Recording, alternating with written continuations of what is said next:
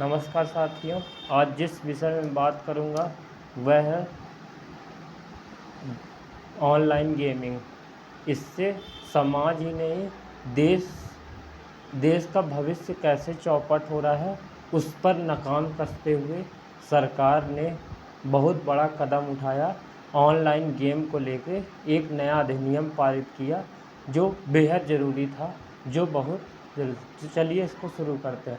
सरकार ने प्रत्येक जो ऑनलाइन गेमिंग है उसको 3 भागों में बांटा है।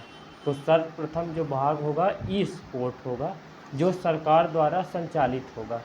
ई स्पोर्ट के माध्यम से सरकार गेम संचालित करेगी और उस गेम के माध्यम से प्रत्येक कोई भी व्यक्ति यदि लेता है, यदि भाग लेता है, उसको फीस दी जाएगी और उसको आराम से बंद भी किया जाएगा और उसके फ़ायदे और नुकसान भी बताए जाएंगे कि आपको ये फ़ायदा हो रहा है, ये नुकसान हो रहा है, यानी अधिक से अधिक उसमें गेम नहीं खेल पाते। दूसरा कौन सा होता है? सोशल गेम होगा। सोशल गेम होगा जो शैक्षणिक और मनोरंजन के उद्देश्य से बनाए जाएंगे और जिसमें भी सरकार की पौनी नज़र होगी, जिसमें कोई बैन नहीं होगा। तीसरा गेम होता है रियल मनी, जैसे ड्रीम इलेवन हो गया, रम्मी हो गया, जिसमें क्या होगा, जीतने के लिए लालच दी जाएगी। जीतने को यदि कोई लालच देता है कि आप 1 करोड़ जीत जाओगे। और ऐसे ये गेम होते हैं जिनका एल्गोरिदम होता है जो आपको कभी जीतने नहीं देगा, आपको छोटे छोटे मनी जीतेगा, कोई बड़ी मनी जिताएगा नहीं। ठीक है, तो इसको सरकार ने पूरी तरह प्रतिबंध कर दिया। यदि कोई व्यक्ति इस प्रकार के गेम, रियल मनी वाले गेम को संचालित करता है या संचालित करवाने का प्रयास करता है, प्रचार करता है, तो उसे 3 साल की जेल हो सकती है, होगी, और उसे 1 करोड़ रुपए का जुर्माना होगा ये गेम लॉन्च करने वाले को। और जो गेम खेलेगा उसके लिए कोई दंड का प्रावधान नहीं, क्योंकि उसके जाल में फंसाया जा रहा है या फंसाया गया है, तो इसमें फंसाया जा रहा है।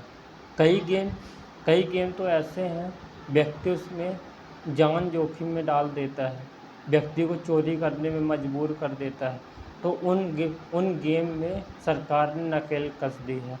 फिर यदि अधिनियम की आवश्यकता क्यों पड़ी, इसकी ये बात समझते हैं। जो अधिनियम लाया गया है इसमें आर्थिक हानि, कभी कभी खिलाड़ियों को विजेता नहीं घोषित किया जाता है, उनका ऐसा एल्गोरिदम होता है, थोड़ी छोटी छोटी जीत दिलाते हैं, 1 रुपये 2 रुपये, आप ड्रीम इलेवन में पैसे लगाइए, आपको 1 करोड़ तक की जीत होगी। लेकिन 1 करोड़ की जीत उन्होंने दिखाया सिर्फ एक आदमी का, बार बार वही फ़ोटो दिखा रहे। फिर क्या हो रहा है, आदमी लालच में आ जाता है। फिर इसमें बहुत सारी आर्थिक हानि होती है, कई बार बच्चे जो होते हैं दिमागी हालत ख़राब हो जाती है। कई बार ऐसा होता है कि बच्चे खुद अपने आप को डेथ करने की कोशिश करते हैं, कई बार आत्महत्या जैसे कदम उठा लिए। एक रिपोर्ट बताती है कि झारखंड में अभी 30 से 35 बच्चों की डेथ हो गई है। क्यों हो गई है? क्योंकि उन्होंने ये ऑनलाइन गेम के चलते, वो अपनी जान दे दिए। ठीक है, ऑनलाइन गेम था। फिर दो और एक रिपोर्ट कहती है कि 2023 में गेमिंग पोर्टल जो था, आतंकी शामिल हैं, आतंकवादी गतिविधियां शामिल हैं और ये टैक्स चोरी करती हैं। फिर 2000 करोड़ की इन्होंने टैक्स चोरी की। फिर कुछ चीनी ऐप जैसे ED 400 crore, FIB, win app के माध्यम से वो होती है, टैक्स चोरी करती है। फिर सरकार ने क्या कहा, सरकार ने की राय है कि ये जो गेम है, गेम बहुत अच्छी चीज़ नहीं है, इसे तुरंत बंद होना चाहिए। फिर सुप्रीम कोर्ट की क्या राय है? सुप्रीम कोर्ट कहता है राज्य सट्टेबाजी जो है राज्य सूची का विषय है, जिसमें केंद्र सरकार को हस्तक्षेप नहीं करना चाहिए। इसमें कई सारों की नौकरियां चली जाएगी, लेकिन उस नौकरी का क्या फ़ायदा जब तुम जान जोखिम में डाल के किसी के भी पैसे ले रहे हैं। तो ये समाज को बर्बाद कर रहे हैं। मैं रियल बता रहा हूँ। कई बच्चों को मैंने देखा है कि वो गेम खेलने के चक्कर में कई रात बर्बाद कर देते हैं। एक मेरे पहचान में 10th में था, 10th में 6 सब्जेक्ट होते तो उसने 6 विषय में 6 नंबर पाया था।